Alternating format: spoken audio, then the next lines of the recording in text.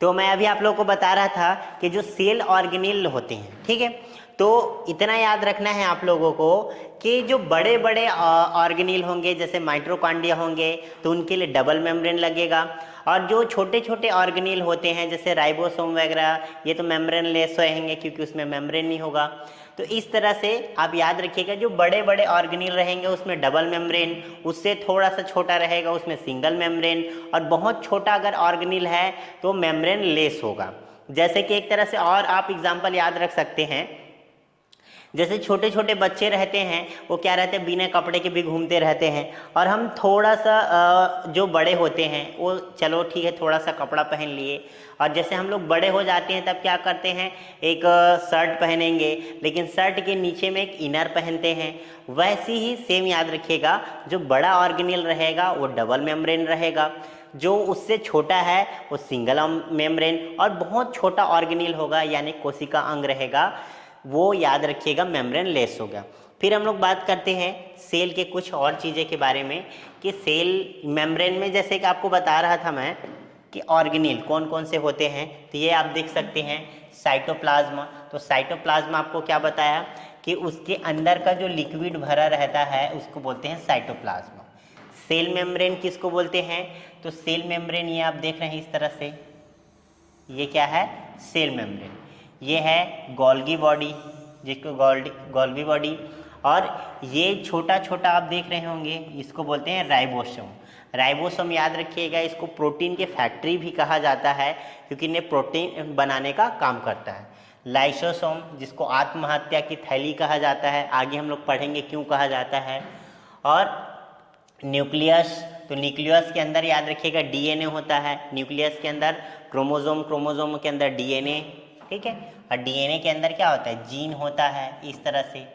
Mitochondria, अरे अगर ये प्लांट सेल रहता तो प्लांट सेल रहता तो यहाँ पे आपको प्लास्टिड मिल जाता जिसमें क्लोरोप्लास्ट रहता इस तरह से, ठीक है। अब देखो एक सिद्धांत के अनुसार याद रखिएगा कि जो जितने भी जीव होते हैं, ठीक है, जितने भी जीव होते हैं वो किसके द्वारा बने होते हैं, कोशिकाओं के द्वारा होते हैं। सभी प्रकार के जो जीव होते हैं वो किसके द्वारा बने होते हैं, कोशिकाओं के द्वारा ही बने होते हैं, ठीक है। इसी को ही कहा जाता है कोशिका सिद्धांत। आगे हम लोग थोड़ा सा और डिस्कस करेंगे इसके बारे में। और जो जीव जो है एक कोशिका के द्वारा बना होता है उसको कहा जाता है एक कोशिकीय जीव, या इसको बोलते हैं यूनिसेल्यूलर। क्या कहा जाता है, यूनिसेल्यूलर कहा जाता है, एक कोशिकीय जीव कहते हैं जिसमें एक कोशिका होता है। जैसे कि आप याद रख सकते हैं इसमें यूग्लिना हो गया, बहुत सारे बैक्टीरिया होते हैं और एल्गी वगैरह होते हैं, ये सब एक कोशिकीय जीव होते हैं, ठीक है। बहुकोशिकीय जीव या मल्टी सेल्यूलर जीव या ऑर्गेनिल किसको बोलेंगे, ऐसे ऑर्गेनिज्म जिसमें बहुत सारे सेल होंगे या बहुत सारे कोशिका पाए जाएंगे उसको मल्टी सेल्यूलर ऑर्गेनिज्म या बहुकोशिकीय जीव कहते हैं। जैसे कि हम लोग हो गए, प्लांट्स हो गए, ये बहुकोशिकीय जीव में आते हैं। और याद रखिएगा कोशिका को ही क्या कहा जाता है, कोशिका को कहा जाता है संरचनात्मक और क्रियात्मक, मतलब एक तरह से इसको स्ट्रक्चरल और फंक्शनल यूनिट कहा जाता है। याद रखिएगा सेल को क्या कहा जाता है, तो सेल को कहा जाता है क्या, फंक्शनल और स्ट्रक्चरल यूनिट कहा जाता है, ठीक है। याद रखिएगा सबसे पहले बात करें कि कोशिका की खोज किसने किया था, तो सबसे पहले कोशिका की खोज किया गया था वो था रॉबर्ट हुक।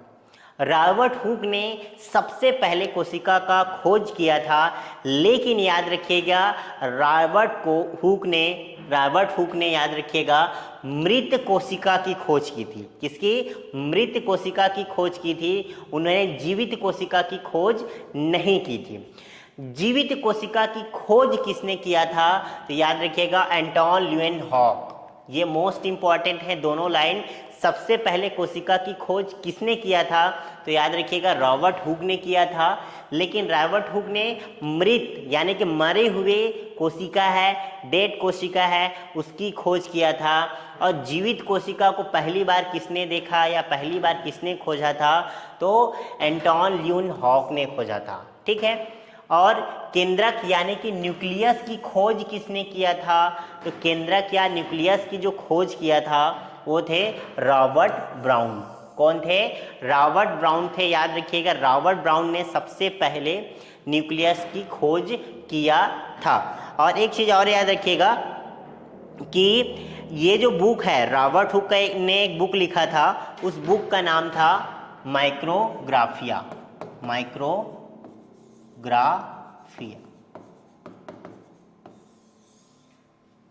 रॉबर्ट हुक का एक बुक का नाम पूछा जाता है, उसको याद रखिएगा कौन सा बुक है।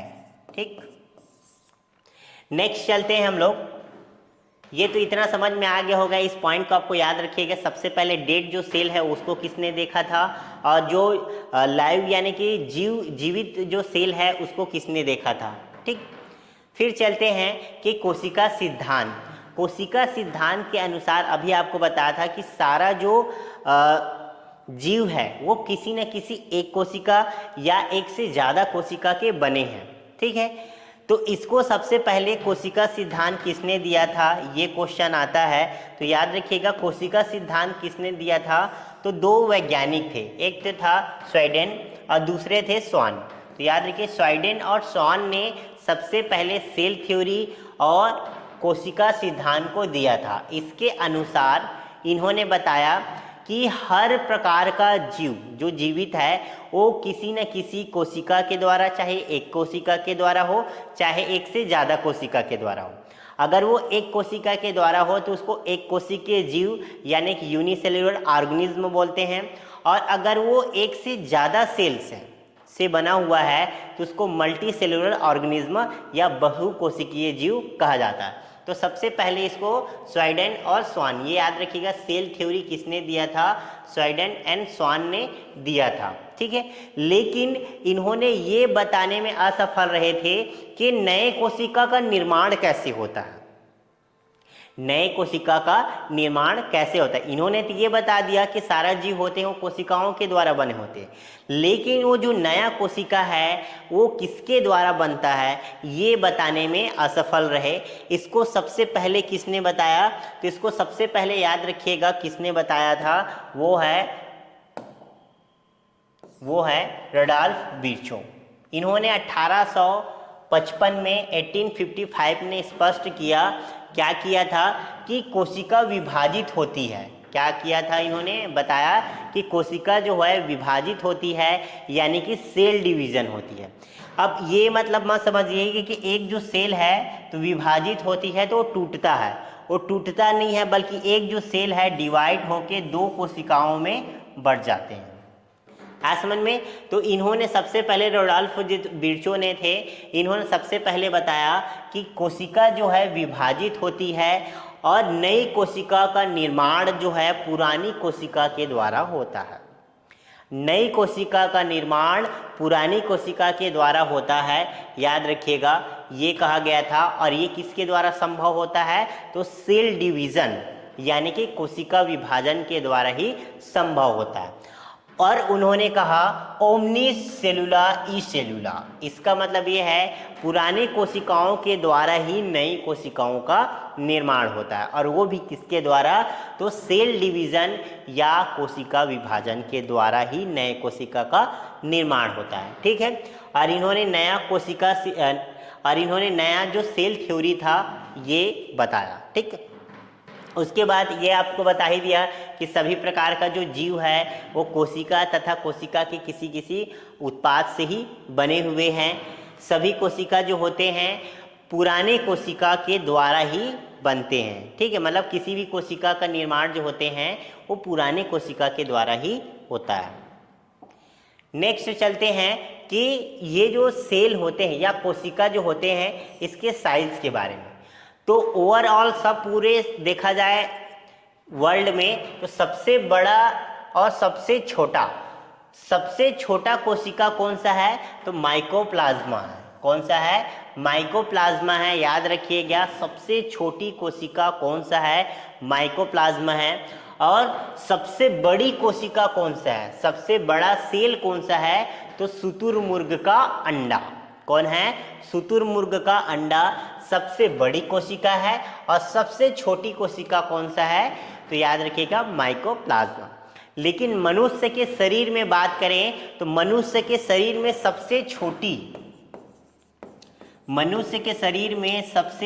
कोशिका कौन सा है? तो मनुष्य के शरीर में सबसे छोटी कोशिका होते हैं शुक्राणु। कौन होते हैं? शुक्राणु, जिसको स्पर्म कहा जाता है। फीमेल का जो स्पर्म, मेल का जो स्पर्म होता है उसको बोलते हैं शुक्राणु, और फीमेल का अंडाणु वो सबसे बड़ा होता है। सबसे बड़ा मनुष्य के शरीर में कोशिका कौन सा होता है? तो याद रखिएगा, सबसे बड़ी जो होते हैं वो कौन सा होता है? तो सबसे बड़ी कोशिका होते हैं अंडाणु। क्या होते हैं? अंडाणु। ठीक।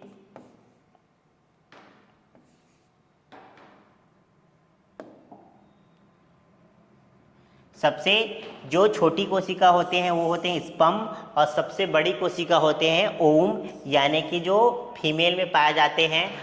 ठीक है, अंडाशय से जो निकलने वाले अंडाणु होते हैं वही क्या होते हैं? सबसे बड़े होते हैं, और सबसे छोटे होते हैं स्पर्म।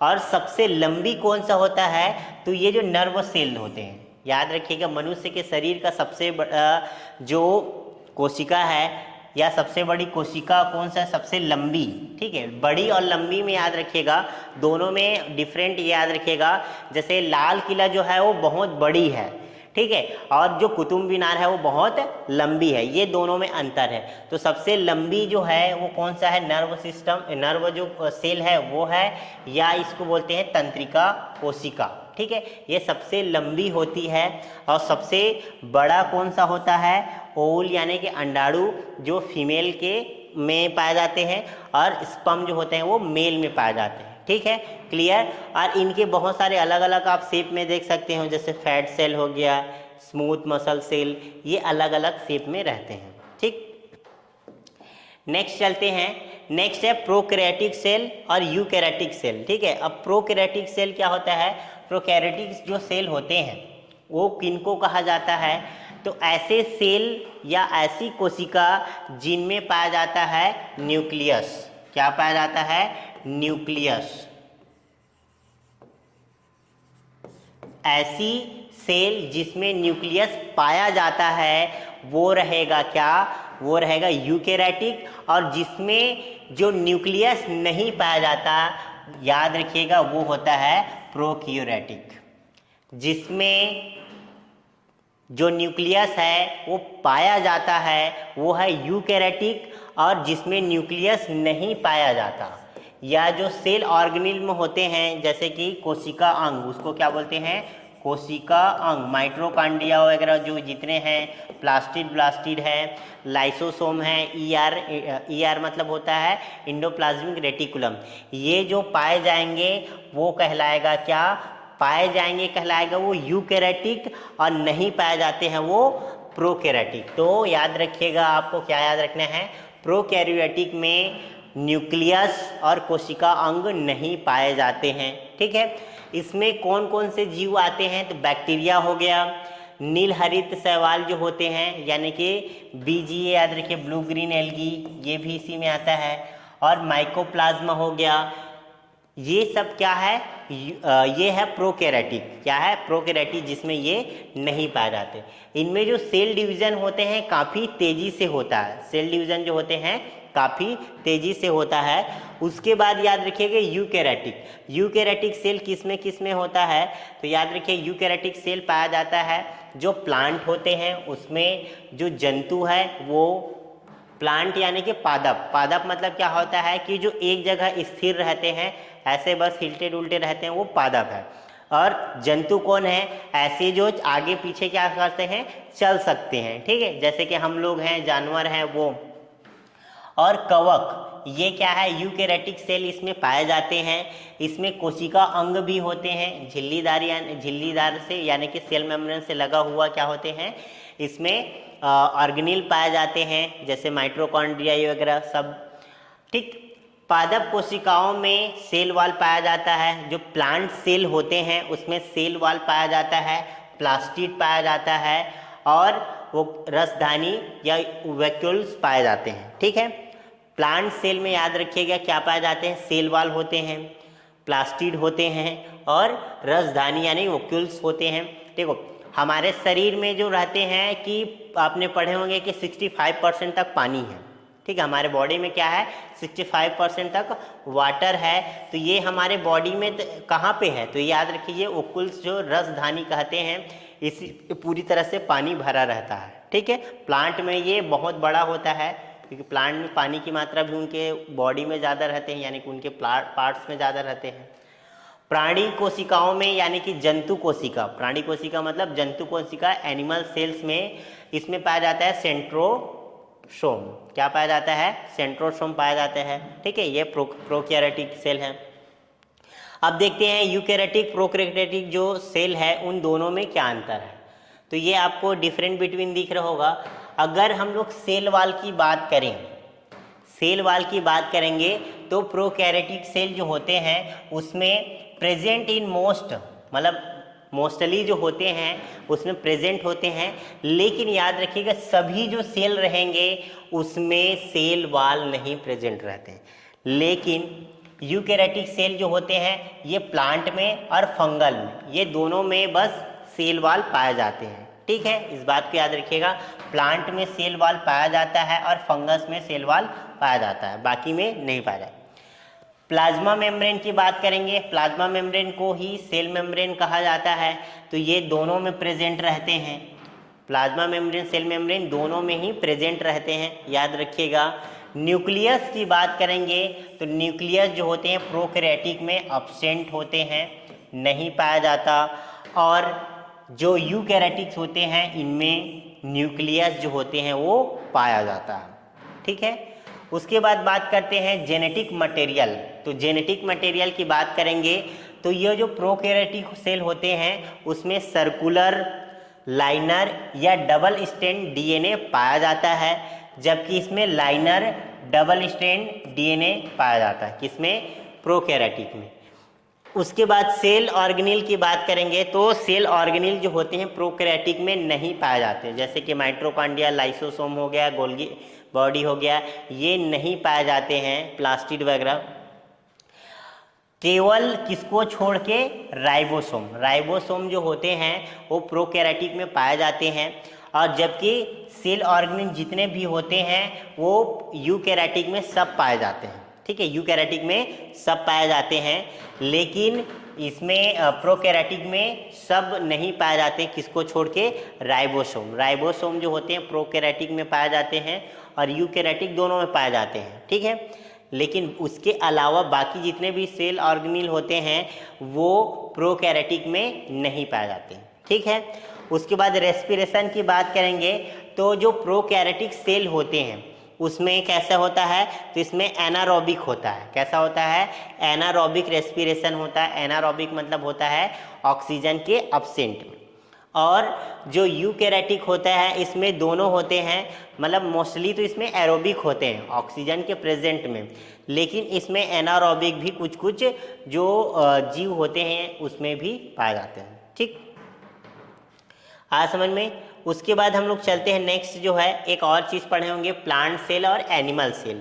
कौन सा सेल, प्लांट सेल और एनिमल सेल। ठीक है, तो प्लांट सेल और एनिमल सेल दोनों में सिमिलरिटीज़ क्या है, दोनों में सिमिलर क्या चीज़ें हैं, तो बोथ हैव न्यूक्लियस। जो प्लांट सेल होते हैं और एनिमल सेल दोनों में क्या होते हैं, न्यूक्लियस पाए जाते हैं, दोनों में साइटोप्लाज्म पाए जाते हैं, दोनों में प्लाज्मा मेम्ब्रेन पाए जाते हैं, यानी कि सेल मेम्ब्रेन, गोल्गी बॉडी हो गया, माइटोकॉन्ड्रिया हो गया, एंडोप्लाज्मिक रेटिकुलम और राइबोसोम, ये जो हैं दोनों में पाए जाते हैं, प्लांट में भी पाए जाएंगे और एनिमल में।